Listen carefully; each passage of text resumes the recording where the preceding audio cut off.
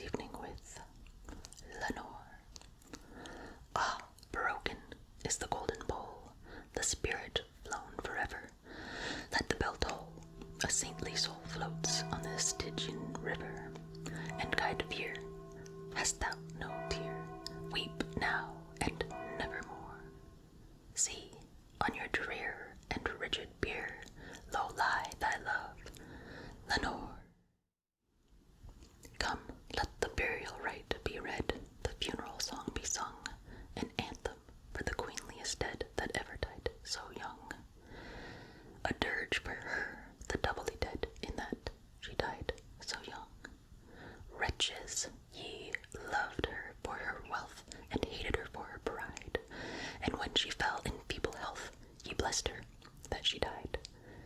How shall the ritual then be read, the requiem how be sung? By you, by yours the evil eye, by yours the slanderous tongue, that did to death the innocent that died, and died so young. Becavimus, not rave, not thus, and let the Sabbath song go up to God so solemnly, the dead may feel so wrong.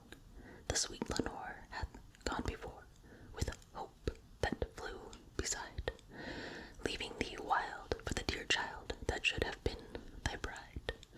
For her, the fair and debonair, that now so lowly lies, the life upon her yellow hair, but not within her eyes. The life still there, upon her hair, the death upon her eyes. Avaunt, tonight my heart is light, no dirge will I of praise, would waft the angel of her flight with a pain of old days. Let no bell toll, lest her sweet soul, amid its hollowed mirth, should catch the note as it doth float up to the damned earth. To friends above, from friends below, the indignant ghost is riven from hell unto a high estate far up within the heaven, from grief and groan to a golden throne beside the King of heaven.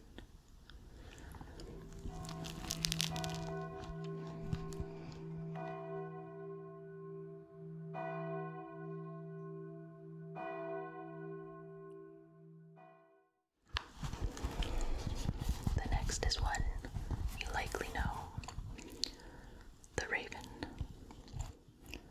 Once upon a midnight dreary, while I ponder weak and weary over many a quaint and curious volume of forgotten lore, while I nodded, nearly napping, suddenly there came a tapping, as of some one gently rapping on my chamber door. "'Tis some visitor," I muttered, tapping on my chamber door, only this, and nothing more. Ah, distinctly I remember, it was in the bleak December, and each separate dying ember wrought its ghost upon the floor.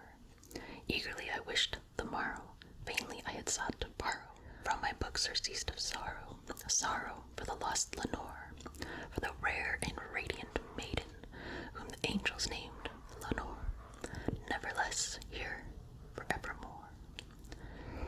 And the silken, sad, uncertain rustling of each purple curtain thrilled me, filled me with fantastic terrors never felt before, so that now, to still the beating of my heart, I stood repeating, "'Tis some visitor entering entrance at my chamber door, some late visitor entering entrance at my chamber door. This it is, and nothing more." Presently my soul grew stronger, hesitating then no longer. "Sir," I said, "or madam, truly your forgiveness I implore, but the fact that I was napping, and so gently you came rapping, and so faintly you came tapping on my chamber door, that I scarce was sure I heard you. Here I opened wide the door, darkness there, and nothing more." Deep into the darkness peering, long I stood there, wondering, fearing, doubting, dreaming dreams no mortal ever dared to dream before. But the silence was broken, and the darkness gave no token, and the only word there spoken was the whispered word, "Lenore." Then I whispered, and a echo murmured back the word, "Lenore." Merely this, and nothing more. Back into the chamber turned, soul within me burning. Soon I heard again a tapping somewhere louder than before. Surely, said I, surely that is something at my window lattice. Let me see then, what there is in their mystery explore. Let my heart be still a moment and this mystery explore. 'Tis the wind and nothing more. Open here I flung the shutter, when, with many a flirt and flutter, in there stepped a stately raven of the saintly days of yore. Not the least obeisance made he, not an instant stopped or stayed he, but with mine of lord and lady perched above my chamber door, perched upon a bust of Pallas just above my chamber door, perched and sat and nothing more. Then this ebony bird, beguiling my sad fancy into smiling, by the grave and stern decorum of the countenance it wore. Though thy crest be shorn and shaven, thou, I said, art thou no craven, ghastly, grim, and ancient raven wandering from the nightly shore? Tell me what thy lordly name is, the night's Plutonian shore. Quoth the raven, nevermore. Much I marveled this ungainly fowl to hear discourse so plainly, though it answered little meaning, little relevancy bore, and for cannot help agreeing that no living human being ever yet was blessed with seeing bird above his chamber door, bird or beast upon the scalped bust above the chamber door, with such name as Nevermore.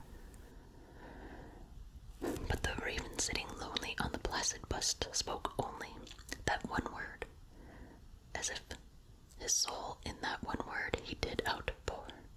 Nothing further from than that he uttered, not a feather, then he fluttered, till I scarcely more than muttered, other friends have flown before. On the morrow he will leave me, as my hopes have flown before. This the bird said, Nevermore. Startled at the stillness broken by reply so aptly spoken, doubtless, said I, what it uttered, it isn't only stock and store, cut from some unhappy master, whom unmercifully disaster followed fast and followed faster, till a song one burden bore, till the dirges of his hope that melancholy burden bore of Nevermore. But the raven still beguiling all my sad soul into smiling, straight it wheeled a cushioned seat in front of bird and bust and door. Then, upon the velvet sinking, I betook myself to linking fancy unto fancy, thinking what this ominous poor bird of yore, what this grim, ungainly, ghastly, gaunt, and ominous bird of yore meant in croaking. This I sat engaged in guessing, but no syllable expressing to the fowl whose fiery eyes now burned into my bosom's core. This and more I sat deriving, with my head uneasy reclining on the cushioned velvet lining that the lamplight glowed o'er, but whose velvet violet lining with the lamplight glowed o'er. She shall press, nevermore. Then, methought, the air grew denser, perfumed from an unseen censer, swung by angels whose faint footfalls tinkered on the tufted floor. Wretched, I cried, thy God hath lent thee, by the angels he has sent thee, respite, and nepenthe from thy memories of Lenore. Quaff, oh quaff, this kind nepenthe, and forget this lost Lenore. Quoth the raven, Nevermore. Prophet, said I, thing of evil, prophet still, if bird or devil, whether tempted sent, or whether tempest tossed thee here abhor, desolate, yes, all undaunted, and his desert land enchanted, on this home of horror haunted, tell me truly, I implore, is there balm in Gilead? Tell me, I implore, quoth the raven, Nevermore. Prophet, said I, thing of evil, prophet still, if bird or devil, but that heaven that bends above us by that God we doth adorn. Tell this soul with sorrow laden, if within the distant Aden it shall clasp a sainted maiden whom the angels named Lenore. Clasp a rare and radiant maiden whom the angels named Lenore. Quoth the raven, nevermore. Be that word our sign of parting, bird or fiend, I shrieked, unstarting.